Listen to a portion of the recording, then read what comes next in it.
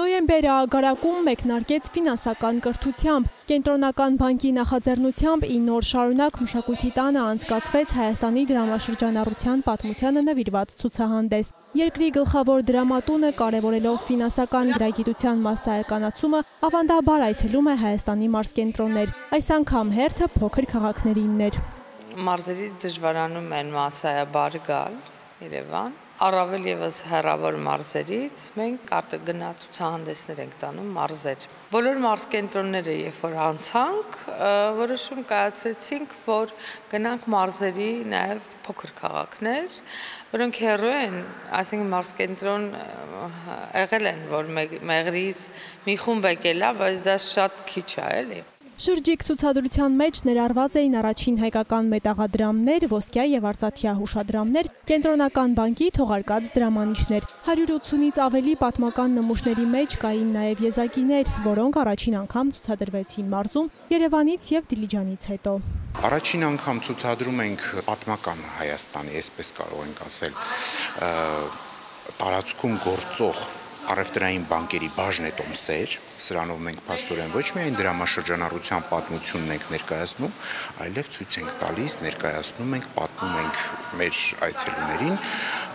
Հայաստանի բանկային համակարգի ձևավորման պատմությունը։ Գործիքները, որոնք արտադրվում են Հայաստանի Հանրապետության դրամանիշերը, որովհետև սրանք տեսնել բացի Երևանից եւ Դիլիջանի այցելուների կենտրոնից այլտեղ հնարավոր չէր։ Փողի ստեղծման պատմությունը ներկայացնելուն հաջորդեց աշակերտների համար նախատեսված դասընթացը, որ նպատակ ուներ ծանոթացնել ֆինանսական բարեկեցությանը, գումար խնայելուն եւ այն ճիշտ կառավարելու ձևերին։ Խոսում ենք իրավունքների պաշտպանությունից, զեղծարարություններից ինչպես խուսափել եւ նրանք հասկացել են, որ կան տվյալներ, որ չպետք է կիսել ոչ ոքի հետ PIN կոդ, CVV կոդ, քարտի վրայի թվեր չենք նկարում քարտը, ամեն հղման վրա չենք սեղմում, ամեն զանգի հեշտությամբ չենք պատասխանում եւ տվյալներ ասում եւ շատ հետաքրքիր զրույցներ ենք ունեցել։ Ես կարող եմ փաստել, որ Մեղրի եւ Ագարակի աշակերտները յուրատիպ բաց սիրտ ունեցող եւ անկաշկանդ երեխաներ են, ում հետ կարելի էր զրուցել ամեն ինչից, սկսած սարեր բարձրանալուց վերջացրած ինչպես պետք է ճիշտ կառավարելուկի ճիշտ սարքել, եւ նրանք իրենց օրինակներով բազմազան եւ ավելի հետաքրքիր են սարքել մեր դասերին։ Աղանդը ի՞նչ է։ Օրինակ, որ մարդիկ մատներն Աշակերտներն ուշադրությամբ լսեցին, ստացան հուզող հարցերի պատասխանները, ծանոթացան կենտրոնական բանկի գործառույթներին, ինչպես նաեւ ֆինանսական համակարգի ծառայություններից օգտվելու կանոններին։ Առաջ 5 կոպեկներ կային ու դրանցից մի քանիսն դե ցույց են տալիս ու առաջվա ու 5 կոպեկները հիմա շատ տարբերվում են։ Ես արդեն գիտեի, որ առաջ թղթադրամներ եւ ընդհանրապես փող չկար, առաջ տարբեր իրար փոխանակում էին, բայց քանի որ փոխանակելու շնորհիվ մարդիկ դժվար են հասկանում, թե ամեն մի իր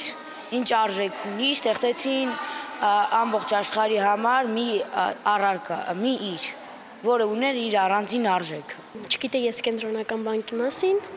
այսօր եմ իմացել, որ շատ զարմացած եմ դրա մասին, որ այսքան հին դարերի թղթադրամներ կոպեկներ կային։ 9 օրերի ընթացքում ցուցադրությունն ուշադրության պակաս չի զգացել։ 1200-ից ավելի այցելուն Մեղրի խոշորացված համայնքի համար լավ ցուցանիշ է, փաստում է Զարուհի Բարսեղյանը։ Ամեն խումբ 1.5-ից 2 ժամ այստեղ անցկացրել, դա երկար է, էլի, պատկերացնում եք 2 ժամով մարդիկ կտրվեն իրանց բանից,